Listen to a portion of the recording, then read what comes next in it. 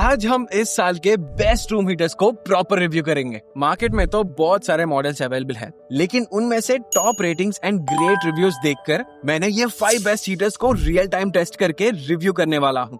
और हम वो मैट्रिक्स को टेस्ट करेंगे, जैसे कि रूम कितना फास्टली हीट हो रहा है, हीट होने पर कितना नॉइस प्रोड्यूस कर रहा है, और हीटर रन होते समय मशीन का बॉडी कितना हीट प्रोड्यूस कर रहा है। ऐसे ही हर एक फैक्टर को टेस्ट करके आपके लिए कौन सा वाला बेस्ट होगा वो मैं आपको बताने वाला हूँ। सो वीडियो को एंड तक देखिए। सो मेरे पास जो टॉप ब्रांड्स हैं वो है Bajaj, Crompton, Orient, Orpat and Havells.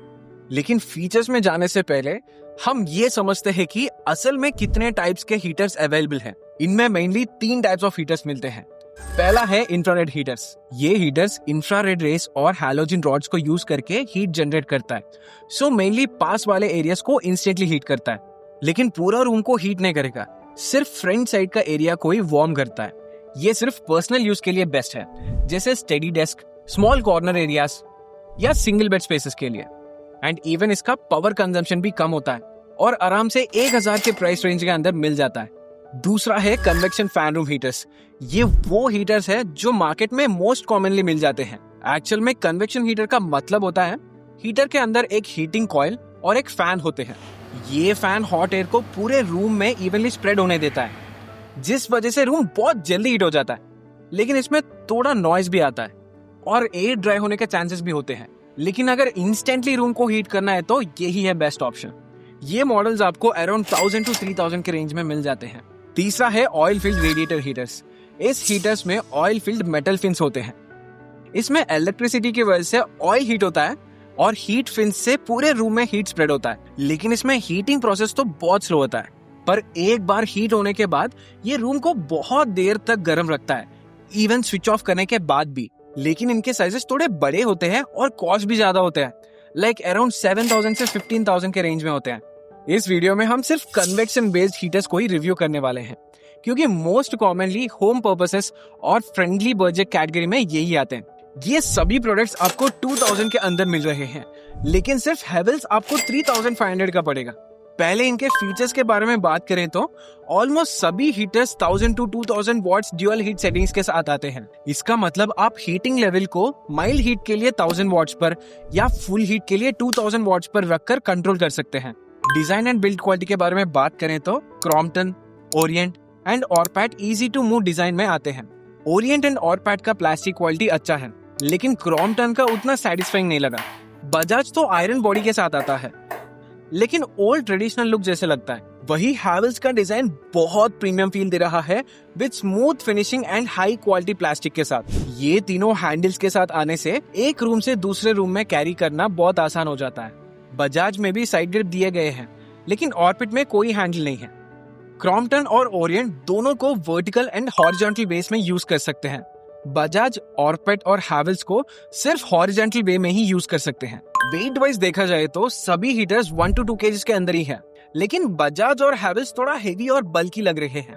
अब कॉर्ड लेंथ के बारे में देखें तो बजाज और हैवेल्स 1.5 से ज्यादा लॉन्ग कॉर्ड्स के साथ आते हैं, लेकिन बाकी सब अराउंड 1 मीटर के आसपास ही है। अब प्लग्स के बारे में देखें तो यहाँ पर बहुत ज्यादा लोग मिस्टेक कर देते हैं। एक्चुअली सभी हीटर्स के लिए 16 एम्प प्लग कंपलसरी होता है। अगर आप स्मॉल सॉकेट्स में कनेक्ट कर दिया तो प्लग मेल्ट होने या वायर्स हीट होने का रिस्क होता है। स्पेशली हैवेल्स के रिव्यूज में इस इश्यू को बहुत सारे लोग ने रिपोर्ट किया है। नेक्स्ट नॉब्स के बारे में देखें तो क्रॉम्पटन, ओरिएंट, ऑरपैट और हैवेल्स सभी 2 नॉब्स के साथ आते हैं। ये पावर नॉब्स के साथ आप फैन और 2000 वॉट्स मोड को एडजस्ट कर सकते हैं, और ये टेम्परेचर नॉब से मैन्युअली फाइन ट्यून कर सकते हैं। बजाज में तो रेगुलर स्विच टाइप कंट्रोल्स दिया गया है। हैवेल्स और ओरिएंट में लाइट इंडिकेटर्स दिए गए हैं, लेकिन बाकी सारे हीटर्स में ये फीचर नहीं है। अब इन सभी के फ्रंट डिजाइन देखे तो बजाज और ओरिएंट आयरन ग्रिल के साथ आते हैं, वही क्रॉम्पटन, ऑरपैट और हैवेल्स प्लास्टिक ग्रिल से बने हैं। बट क्रॉम्पटन का प्लास्टिक क्वालिटी उतना अच्छा नहीं है, लेकिन हैवेल्स में एडजस्टेबल ग्रिल मिलता है, जिसको हम ऊपर या नीचे टिल्ट कर सकते हैं। अब इनके मोटर क्वालिटी देखे तो सभी मॉडल्स 100% कॉपर मटेरियल से आते हैं। इससे एफिशिएंसी और लाइफ स्पैन दोनों बढ़ जाते हैं। सेफ्टी के लिए सभी में ऑटो कट ऑफ फीचर भी अवेलेबल है। अगर ओवर हीटिंग हो जाए तो हीटर ऑटोमेटिकली शट डाउन हो जाता है। अगर वारंटी वाइज देखे तो बजाज और ऑरपेट 2 इयर्स वारंटी के साथ आते हैं, वही हैवेल्स, क्रॉम्पटन और ओरिएंट 1 ईयर वारंटी से आता है। मेरे ओपिनियन में हम हीटर्स 3 से 4 महीने तक यूज करते हैं, इसलिए ज्यादा वारंटी वाला प्रोडक्ट लेना बेस्ट होता है।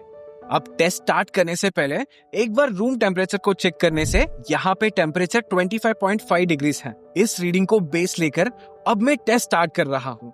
फर्स्ट बजाज हीटर को लेकर इसको मैक्सिमम हीट पे रख के टेस्ट करते हैं। अब 5 मिनट के बाद 3 फीट डिस्टेंस पे देखे तो अराउंड 28.4 डिग्रीज का है।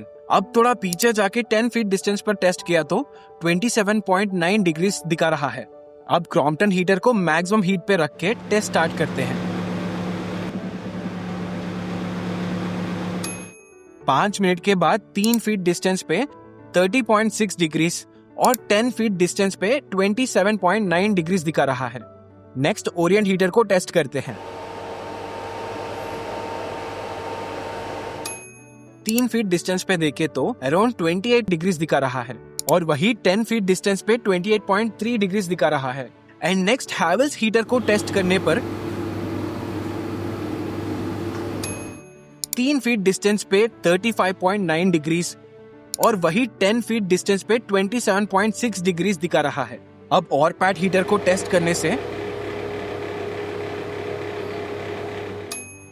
आफ्टर 5 मिनट्स 3 फीट डिस्टेंस पे 37.4 डिग्रीज और वही 10 फीट डिस्टेंस पे 28.5 डिग्रीज दिखा रहा है। सो अब फाइनली ये सब रिजल्ट्स देखने के बाद ऑरपेट और हैवेल्स ने रूम को सबसे फास्ट हीट किया। वही ओरिएंट और बजाज भी अच्छे से परफॉर्म किया है, लेकिन क्रॉम्पटन को ऑन करते ही मशीन वाइब्रेट होकर मूव होने लगा। नेक्स्ट हीटर्स रन होते समय नॉइस टेस्ट मशीन को यूज करके टेस्ट करने से हैवेल्स सबसे कम 54.6 डेसिबल्स प्रोड्यूस किया है, वही ऑरपेट का 67.2 डेसिबल्स आ रहा है और ओरिएंट, क्रॉम्पटन 67 से लेकर 70 डेसिबल्स तक प्रोड्यूस कर रहे हैं।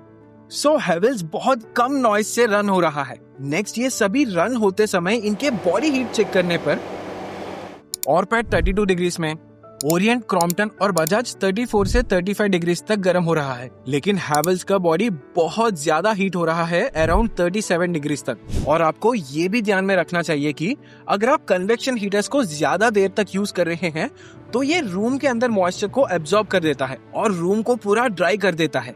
इसलिए हीटर ऑन करने के बाद उसके पास में पानी का बाउल रखना है एंड ऑक्सीजन लेवल्स बैलेंस करने के लिए डोर्स एंड विंडोज को थोड़ा ओपन करके रखना है। सो ये सभी टेस्ट को चेक करके ऑब्जर्व करने के बाद हमारा फर्स्ट रिकमेंडेशन है ऑरपेट। ये सभी टेस्ट में बहुत अच्छा परफॉर्म किया है। इसका डिजाइन, बिल्ड क्वालिटी और परफॉर्मेंस बहुत बढ़िया है। सो अगर आप 2000 के अंदर बेस्ट हीटर के लिए देख रहे हैं तो ये परफेक्ट ऑप्शन है। एंड हमारा सेकेंड रिकमेंडेशन है हैवेल्स। ये भी सारे टेस्ट में बहुत अच्छा परफॉर्म किया है। इसका बिल्ड क्वालिटी, फीचर्स और नॉब्स बहुत ही हाई क्वालिटी में आ रहे हैं। अगर आपको कॉस्ट थोड़ा ज्यादा होने से भी चलेगा, लेकिन लॉन्ग टर्म में बढ़िया चलने वाला चाहिए तो ये बेस्ट चॉइस है।